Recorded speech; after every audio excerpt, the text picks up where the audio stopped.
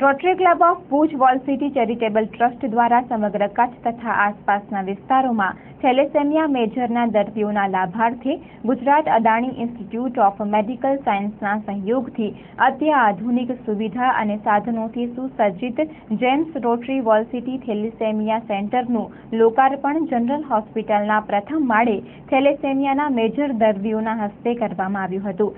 Thalassemia અવેરનેસને સાર્થક કરવા અને ક્લબની સ્થાપના સાથેના સ્વપ્નોને સાકાર કરવા એક mega project rotary wall city mega Navratri મહોત્સવ 2014નું આયોજન કરવામાં આવ્યું હતું. તેની ફળશ્રુતિથી થેલેસેમિયા મેજરના દર્દીઓને બ્લડ બદલવાની પ્રક્રિયા સરળ બનશે. લોકાર્પણ પ્રસંગે વોલ સિટી ચેરિટેબલ ટ્રસ્ટના chairman Bhadresh Mehta, vice chairman Jayant Thakkar, medical convener Chirag Shah તથા રોટરી વોલ સિટી ક્લબના પ્રમુખ તારક ઠક્કર, મંત્રી અમિત ચૌહાણ, પ્રિતેશ ઠક્કર, ગેમ્સના ડાયરેક્ટર ડોક્ટર જ્ઞાનેશ્વર રાવ, મોહનભાઈ શાહ, ધવલ રાવલ, હિતેન દોશી ઉપસ્થિત રહ્યા હતા.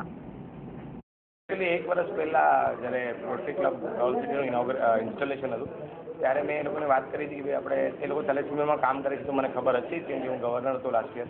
એટલે મેં કીધું ભાઈ આપણે ઘણા બધા બાળકો અહીંયા બ્લડ લેવા આવે છે અને અમારું આવું જ એક સિમિલર પ્રોજેક્ટ અમદાવાદમાં પણ ચાલે છે.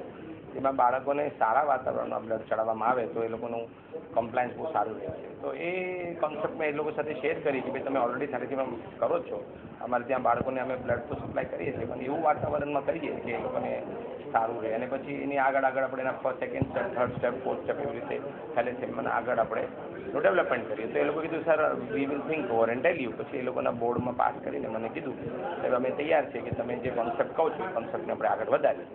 એના પછી પ્લાનિંગ થયું. પ્લાનિંગ પછી નક્કી થયું કે આવી રીતે એક સરસ સેન્ટર બેઝિકલી બાળક આવે અને એને દર અઠવાડિયે 10 દિવસ અંદર જે એ લોકોનું સાયકલ હોય એ પ્રમાણે બહુ સારા વાતાવરણમાં બ્લડ ચડાવી શકે એ મેઇન હેતુ છે.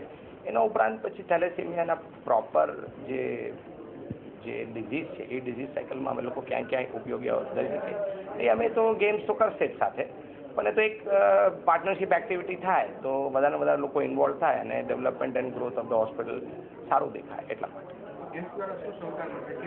નહીં બધું એ એક વાતાવરણ ઊભું કર્યું છે રોટરીએ. બાકી તો જે રીતે અમે લોકો બ્લડ ચડાવવાનું છે એના જે નિયમ છે, અમારા એચઓડી છે ડૉક્ટર ચૌહાણ એ જ ઇન્ચાર્જ છે, અમારા ડૉક્ટર મેહુલ સેવક છે, ડૉક્ટર મોનિલ છે, ડૉક્ટર પ્રશાંત છે, ડૉક્ટર વર્ષાબેન છે, એ લોકો જ બધું કરશે. બધું દેખરેખ બધું અમારું જ હશે. એક એની સાથે પાર્ટનરશિપ કરી છે કે એ લોકોનું પણ ઇન્વોલ્વમેન્ટ. સેન્ટર ઊભું કરવા માટે અમે એક મેગા નવરાત્રિ મહોત્સવનું આયોજન કરેલું. એ મેગા નવરાત્રિ મહોત્સવમાં અમારા જે અત્યારે ચેરમેન છે અને અમારા જે મેઇન દાતા એવા ભદ્રેશભાઈ, ચિરાગભાઈ, અમારા જે rotary wall city charitable trust, એમાં જેટલા પણ દાતાઓ હતા એ તમામ દાતાઓના સાથ સહકારથી અમે એ નવરાત્રિ મહોત્સવ ખૂબ જ રંગે ચંગે ઉજવ્યો અને એમાં જે ડોનેશન જાહેર થયા હતા એ ડોનેશનમાંથી અમે આજે આ સેન્ટર ઊભું કર્યું છે. જે તે વખતે અમારું જે ડોનેશનનું જે ફિગર હતું એ 11 લાખનું હતું, રાઉન્ડ અબાઉટ 11 લાખ રૂપિયા. અને અત્યારનો જે અમારો ખર્ચ જે છે એ આ વર્ષ અંતેના જે મેન્ટેનન્સ સહિતનું જે અમારું જે અંદાજ જે છે એ લગભગ અંદાજે 10-1 લાખ રૂપિયા જેવું અમારું આવશે.